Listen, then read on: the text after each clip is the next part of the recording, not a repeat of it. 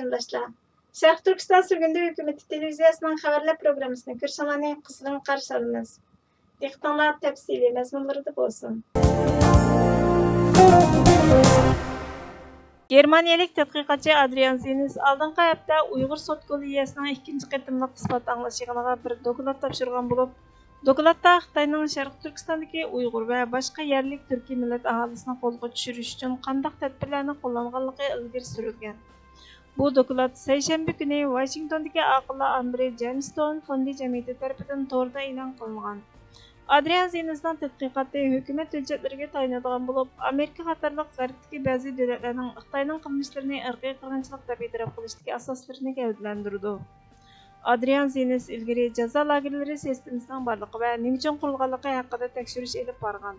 Jazo lagerlari sistemasidagi bir mutaxassisning aytishicha, Xitoyning oliy darajalik siyosati, qonun chiqarish va maslahat berish apparati Xitoy qayta tarbiyalash kampi deb atalgan jazo lagerlarini qurishga yaqindan qatnashgan. Germaniya tadqiqotchisi Adrian Zenisning oldingi asrida 4 yillik praktikant lager sistemasining mavjudligi va doirasi, shundaqla uning orqasidagi harakatlantirgich kuch xotirlangan.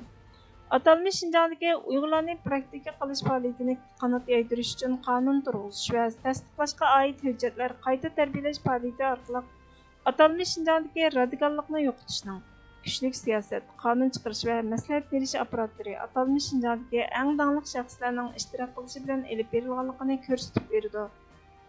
Adrian Zenisning dokladiga qaraganda, atalmış Şinjan Uyg'ur avtonom rayonidagi asabiylikni bekor qilish nizomi, Markaz komitetining atalmış Şinjanning xizmatlarini moslashtirish kichik korpusi, Beijingdagi Mamlakatlar xalq qurultiyi doimiy komitetining qonun ishlari komiteti va davlat diniy ishlar idorasi qatorliq 3 muhim partiya davlat organi tomonidan o'tirg'a qo'yilgan. Atalmış Şinjan Uyg'ur avtonom rayonining valisi Shuhrat Zokirning 2019-yildagi nutqida atalmış qayta tarbiyalash faoliyatining muvaffaqiyatli bo'lganligini, bir qism mahbuslarning qo'yib berilganligini e'lon qildi va Xi Jinpingning atalmış Şinjan xizmatiga kuchli harakatlantiruvchi kuch rolini o'ynaganligini e'tirof qildi. Markaziy hukumat organlarining konkret va darhol aralashishi ko'rsatilgan hujjatlar Uyg'urlarga zarba berishning qurg'uvchisi deb qaralgan. Atalmış Şinjan Uyg'ur avtonom rayonining sekretari Jing Chuangoning rolini qayta tekshirishga ilhom berishi mumkin. Jing Chuangoning ilgari Tibetdagi asosliq tinch millatni bostirishdagi mo'l tajribasini ko'zda tutganda, ilgari Jing Chuangoning qayta tarbiyalash praktikant harakatini yozgan va yo'lga qo'yganligi faraz qilingan. Xi Jinping avgustning oxirida Beijingda o'tkazilgan 2 kunlik Markaziy millatlar ishlari yig'inida qilgan so'zida, biz milliy omillarni o'z ichiga olgan ijtimoiy masalalarni aktiv va puxta hal qilishimiz, milliy bo'lgunchilik va diniy oshqo'llikning zaharlik etisini davomli yo'qotishimiz kerak dedi. Bu texmo qattiq siyosatlardan ishorat berdi. Xitoy amaldori Adrian Zenisni Xitoyga qarshi aldamchi, Xitoyni qaralash va hujum qilish uchun Şinjan haqida yolg'on yovdiq narsalarni to'qib chiqardi deb tuhmat chapladi. Advokatlar Amerikaning klimat bilan Xitoydagi kishilik huquqni dangsa beqishidan ansiraydi. Amerika elchisi John Kerryning klimat o'zgarishining eng nachar vaziyatidan uzoq turishga munosabatli diplomatik izlanishi Xitoyning qarshiligiga duch keldi. Xitoy iqlimga aloqador tirishchiligini oshirishni xohlasa, Amerika boshqa masalalar to'g'risida qarshilashni azaytishni qaror qildi.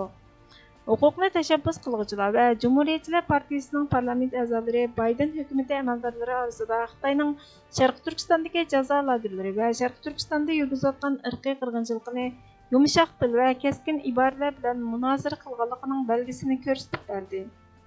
Aqsaray o'tgan hafta Amerika Xitoy qarshiligini orttiradigan yana bir muhim qadam oldi, ya'ni Avstraliyani yadro energiyalik suvosti paraxoti bilan ta'minlashni asos qilgan mudofaa iqtidoridan texnik ko'p foydalanadigan Angliya va Avstraliya bilan bexatarlik ittifoq qurib chiqdi.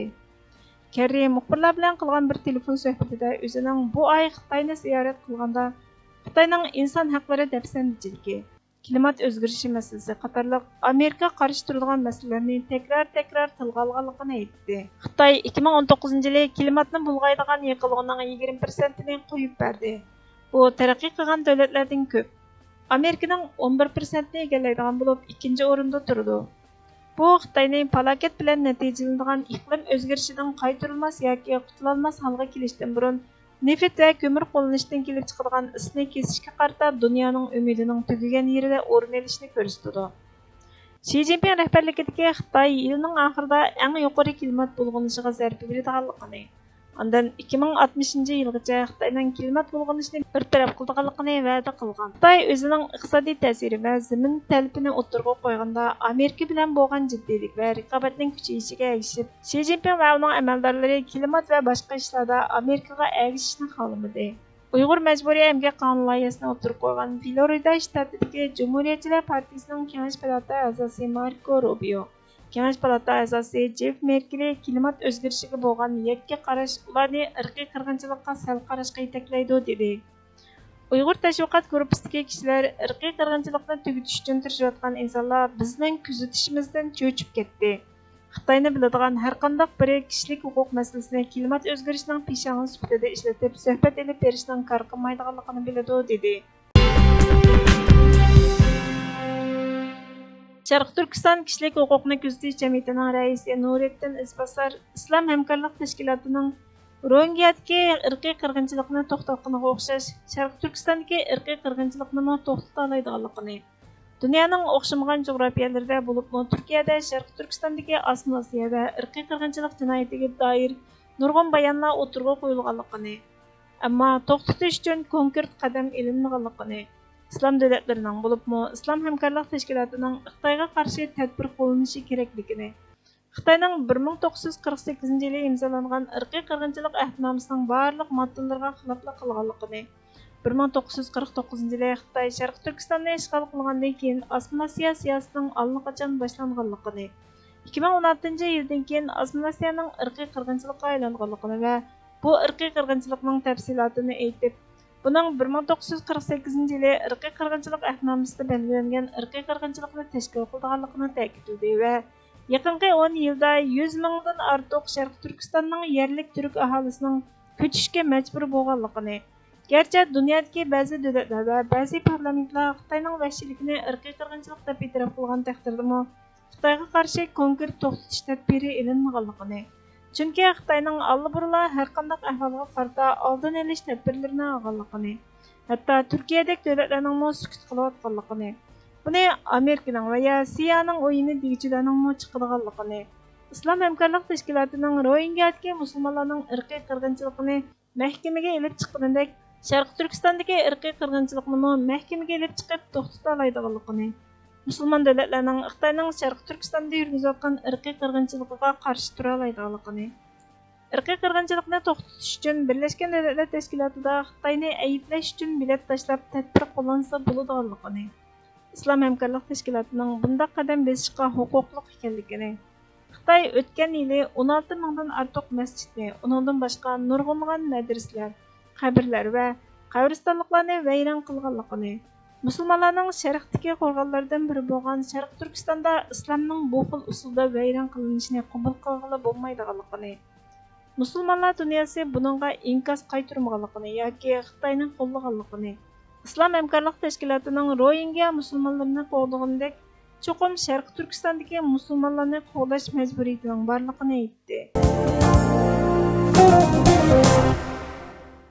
Allohim, tajovuzchilarni tarmar qilmoqcha jinimni olma. Shunday qilib, Hijriya 408-yilga kirib keldi. Bu yili Turkiston sultoni Qaraxon olamdan o'tdi. Ba'zi tarixchilar Qaraxonning Hijriya 406-yili Turkiston diyori bo'lmuş Qashg'arda vafot bo'lganligini qayd qilishdi. Aslida Qaraxon shu yili bitap bo'lib yetib qolgan edi. Ba'zi turk qabilalari va qora Xitoylarni o'z ichiga olgan zo'r ko'lamli chin qo'shini fursatni g'animat bilib, uning yurtiga besib kelmoqchi bo'ldi. Qaraxon ularga qarshi otlanish uchun Allohga munojat qilib, o'ziga shifolik berishni, Xitoy qo'shinini bir taraf qilayotgandan keyin boshqa nima kelsa mayli ekanligini aytib duo qildi. Degandek sultonning kesili saqaydi.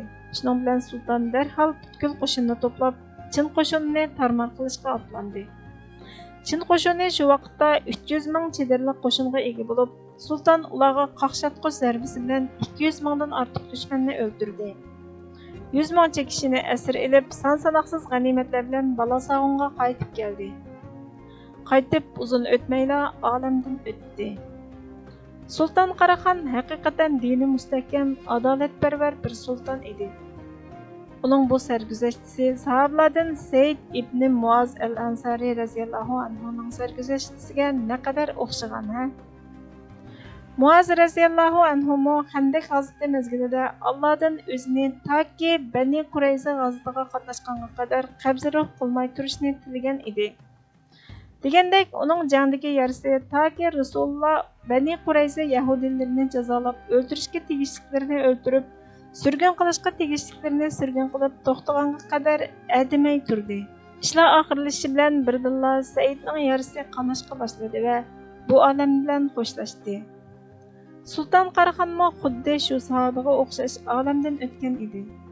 Sultanning to'liq ismi Abu Nasr Ahmad ibn Ali Tug'anxon bo'lib, uning vafotidan keyin qarindoshi Abul Muzaffar Arslanxon taxtga o'tirgan edi.